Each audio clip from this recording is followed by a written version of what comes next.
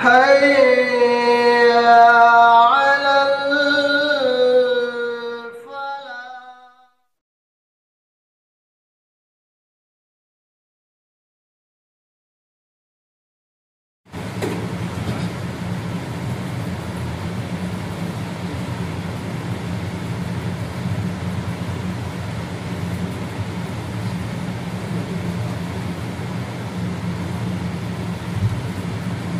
الحمد لله رب العالمين والصلاة والسلام على سيد المرسلين وعلى آله وصحبه أجمعين أما بعد. وعن أنس رضي الله تعالى عنه قال إن رجلا قال يا رسول الله إني أحب هذه السورة قل هو الله أحد قال إن حبك إياها أدخلك الجنة رواه الترمذي رواه البخاري. حضرت انس بن مالک رضی اللہ تعالی عنہ بیان کرتے ہیں کہ ایک آدمی نے اللہ کے نبی صلی اللہ علیہ وسلم سے عرض کیا اے اللہ کے رسول صلی اللہ علیہ وسلم میں سورہ اخلاص سے محبت کرتا ہوں. آپ نے فرمایا بے شک تمہاری اس سے محبت ہی تمہیں جنت میں لے جائے گی. اس حدیث کے اندر اللہ کے نبی صلی اللہ علیہ وسلم نے سورہ اخلاص کی اہمیت و فضیلت کو بیان فرمایا ہے.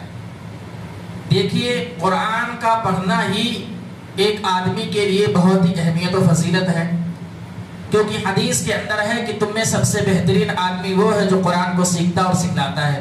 کہیں پر یہ کہا گیا کہ اگر آدمی قرآن کی تلاوت کرتا ہے تو ایک حرف پڑھنے پر اس کو 10 نیکی ملتی ہے، اور اگر کوئی آدمی اس کو اٹک اٹک کر پڑھتا ہے، اس کو محنت سے پڑھتا ہے، مشقت سے پڑھتا ہے، مشکلیں آ رہی ہیں، دشواریاں آ رہی ہیں، تو اس کو اللہ رب العالمین دوہرا اجر دے رہا ہے. تو کہیں پر اللہ رب العالمین نے قرآن کی چند آیتوں اور چند سورتوں کی اہمیت و فضیلت کو بیان کرتے ہوئے فرما رہا ہے کہ کوئی آدمی اگر سورہ بقرہ کی تلاوت کرتا ہے تو وہ شیطان کے شر سے محفوظ رہے گا. اگر کوئی آدمی سورہ بقرہ کی آخری 2 آیتیں پڑھ کر کے سو جائے تو اس کے لیے کافی ہے، یعنی وہ اس کو اللہ رب العالمین جنت میں داخل کرے گا. تو کہیں اللہ رب العالمین سورہ کہف کی اہمیت و فضیلت کو بتلاتے ہوئے کہہ رہا ہے کہ اگر کوئی آدمی سورہ کہف کی شروع کی 10 آیتیں اگر یاد کر لیتا ہے، حفظ کر لیتا ہے، اس کو بار بار پڑھتا ہے تو وہ فتنہ دجال سے محفوظ کر لیا جائے گا. اب اس حدیث کے اندر سورہ اخلاص کی اہمیت و فضیلت کو بتلایا جائے. کہنا مقصد یہ ہے حدیث کے اندر اللہ کے نبی صلی اللہ علیہ وسلم نے بار بار سورتوں کی اہمیت، قرآن کی اہمیت، قرآن پڑھنے والے کی اہمیت و فضیلت بتلائی گئی ہے. بتلانا یہ مقصود ہے کہ آدمی قرآن کو پڑھے، قرآن کو سمجھے، قرآن کو بار بار پڑھے، اور اسی میں ہم اور آپ کی کامیابی ہے. صحیح معنوں میں اگر ایک مسلمان کامیاب ہونا چاہتا ہے تو قرآن کو اپنے سینے سے لگائے، قرآن سے محبت کرے، اور خاص طور سے رمضان مبارک کے مہینے میں قرآن کی تلاوت کرنی چاہیے. اگر کوئی آدمی پورا قرآن نہیں پڑھ سکتا ہے تو جو چند صورتیں اللہ کے نبی صلی اللہ علیہ وسلم نے جس کے بارے میں فضیلت بیان فرمائی ہے اس کو پڑھنا چاہیے. اب اسی طریقے سے سورہ اخلاص ہے. ہر ایک آدمی میں سمجھتا ہوں اگر وہ مسلمان ہے قرآن کو 1 بار بھی 2 بار بھی پڑھتا ہوگا تو سورہ اخلاص اس کو یاد ہوگا، کیونکہ وہ نماز میں پڑھتا ہے. چھوٹی چھوٹی صورتیں ہیں. سورہ اخلاص قل هو اللہ احد اللہ الصمد لم یلد ولم یولد ولم یکن له کفوا احد. ایک آدمی کے بارے میں یہ کہا جا رہا ہے کہ اگر تم اس کو محبت کرتے ہو تو یہ تمہارا یہ سورہ اخلاص سے محبت کرنا اللہ رب العالمین تم کو جنت میں داخل کرے گا. تم کو اللہ رب العالمین اس کے بدلے میں جنت میں داخل کر دے گا. اور اسی طریقے سے دوسرے حدیث کے اندر اللہ کے نبی صلی اللہ علیہ وسلم صحابہ کرام سے عرض کر رہے ہیں اے صحابہ کرام، اے میرے ساتھیوں، اے میرے ماننے والے، کیا تم ایک رات میں قرآن کا 1/3 حصہ پڑھ سکتے ہو، قرآن کا 1/3 حصہ پڑھ سکتے ہو؟ صحابہ کرام نے عرض کیا اللہ کے نبی صلی اللہ علیہ وسلم ایک آدمی ایک رات میں قرآن کا 1/3 حصہ کیسے پڑھ سکتا ہے؟ اللہ کے نبی صلی اللہ علیہ وسلم نے کہا کہ اگر کوئی آدمی سورہ اخلاص کی تلاوت کرتا ہے تو گویا کہ اللہ رب العالمین اس کو 3 قرآن یعنی قرآن کے 1/3 حصہ کا ثواب ادا کرے گا. یہ اہمیت و فضیلت ایسا نہیں ہے کہ آدمی قرآن نہ پڑھے، صرف سورہ اخلاص پڑھے تو اس کو جو ہے 1/3 حصہ ثواب ملے گا.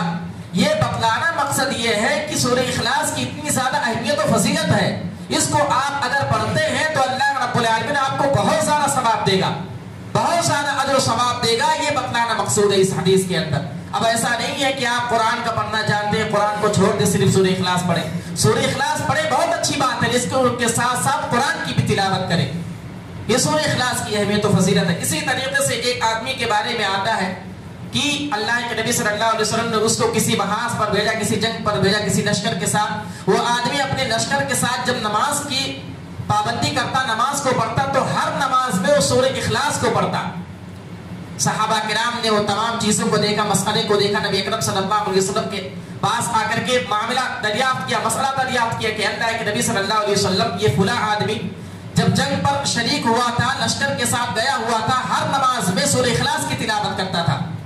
اللہ کے نبی صلی اللہ علیہ وسلم نے اس آدمی سے پوچھا تم ایسا کیوں کر رہے تھے؟ اس نے کہا کہ مجھے اس سورت سے محبت ہے، میں اس کو بار بار پڑھتا ہوں. اللہ کے نبی صلی اللہ علیہ وسلم نے کہا یہی محبت تم کو جنت میں اللہ رب العالمین داخل کرے گا، اسی محبت کی بنا پر. اس لیے ہم اور آپ جو بھی صورتیں ہم کو قرآن سے یاد ہیں اس کو بار بار پڑھیں اور کوشش یہ کریں کہ روز بروز ایک پارہ آدھا پارہ قرآن کی تلاوت کریں، قرآن کی آیتوں کو پڑھیں، اس میں غور و فکر کریں، اللہ کی آیتوں کو، اللہ کی نشانیوں کو اپنے دل کے اندر اس کو پیوست کریں اور اس کے مطابق اپنی زندگی گزاریں. جان لیجئے کہ ہماری جو اصل کامیابی ہے قرآن میں ہے. خاص طور سے رمضان المبارک کا مہینہ اللہ رب العالمین نے کہا شہر رمضان الذی انزل فیہ القرآن، قرآن کا نزول اسی مہینے میں ہوا ہے. تو قرآن کا اور رمضان المبارک کا یہ دونوں کا بہت گہرا ربط ہے. اس لیے ہم اور آپ ٹائم نکالے، وقت نکالے. نماز کی پابندی کر رہے ہیں بہت اچھی بات ہے، عبادتیں کر رہے ہیں بہت اچھی بات ہے، دعا کر رہے ہیں بہت اچھی بات ہے، لیکن اس کے ساتھ ساتھ قرآن کی تلاوت کریں. اگر کوئی آدمی پڑھنا نہیں جانتا ہے تو کوشش کرے قرآن پڑھنے کی، اور اگر کسی آدمی کو پتا ہے ساری چیزیں آتی ہیں تجوید سے وہ قرآن پڑھ لیتا ہے تو کم از کم وہ ایک پارہ دن کے اندر یہ ٹھان لے کہ مجھے آج ایک دن میں ایک پارہ قرآن کی تلاوت کرنی ہے. انشاءاللہ دیکھیے دل کو کتنا سرور ملے گا، کتنا اطمینان ملے گا اور کتنی خوشی ملے گی.